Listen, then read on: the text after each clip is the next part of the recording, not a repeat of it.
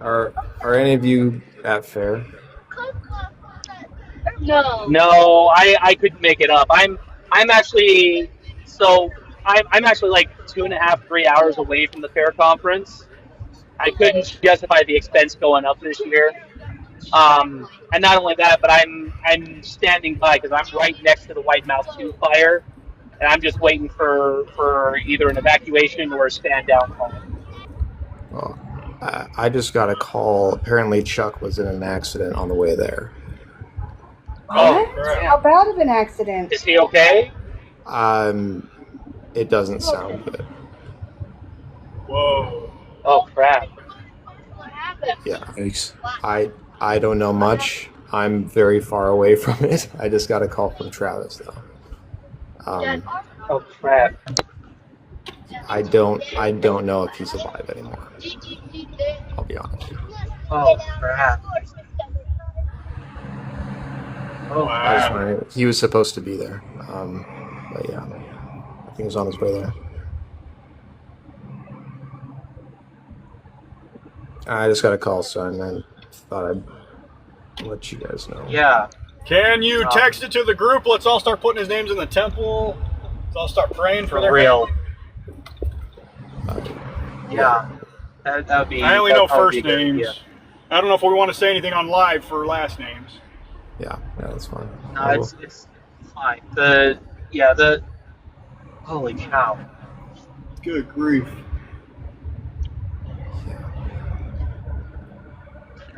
Okay. Well, keep us apprised as best you can.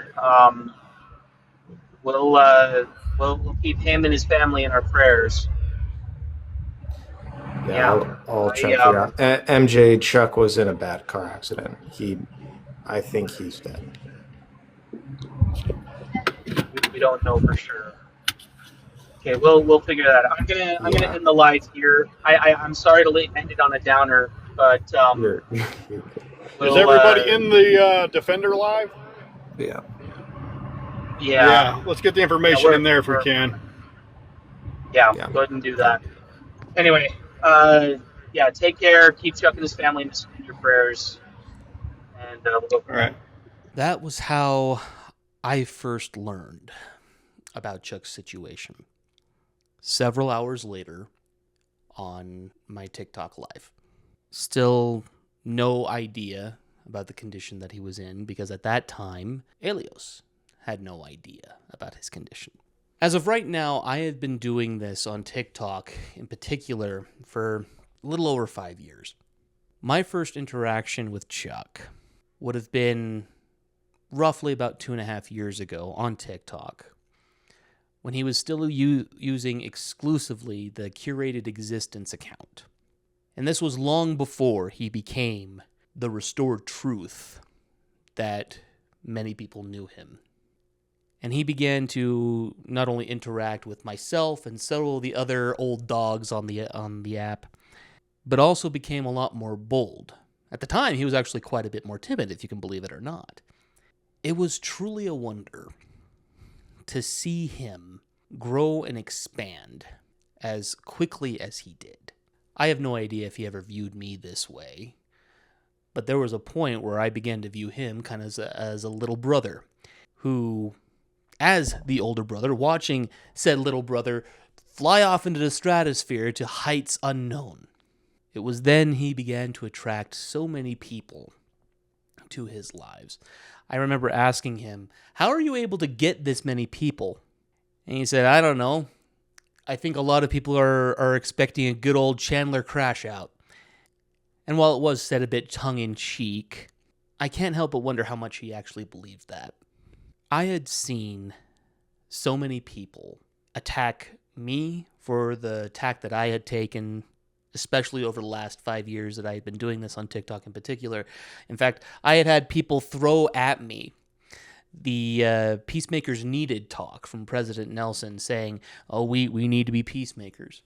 There was an instance where I was on a live talking about the aspects of the differences between being nice and being kind.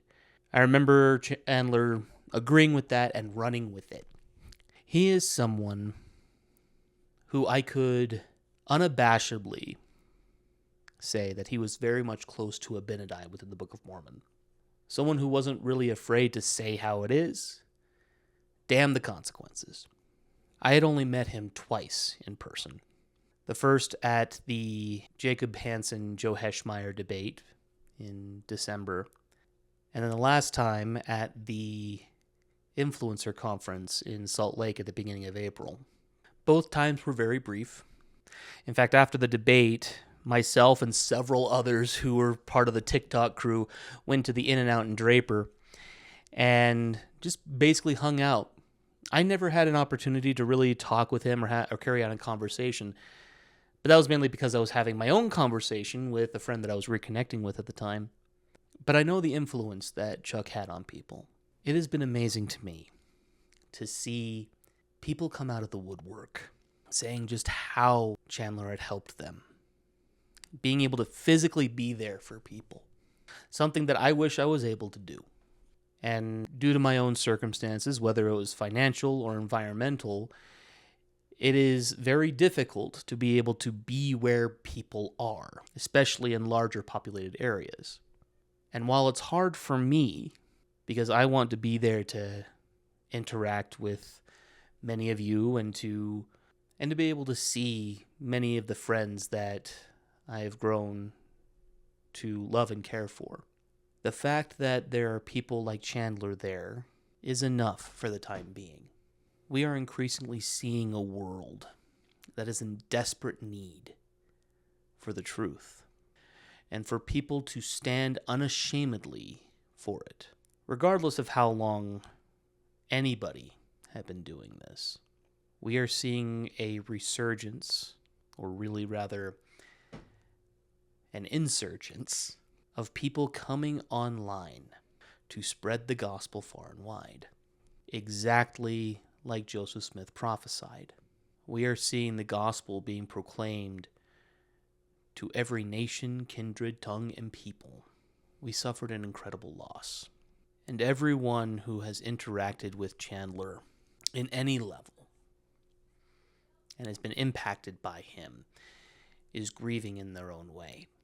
But it is our duty to keep an eye single to the glory of God. Chandler was a good man. We were fighting on the same team. And we still are, even if it is on opposite sides of the veil.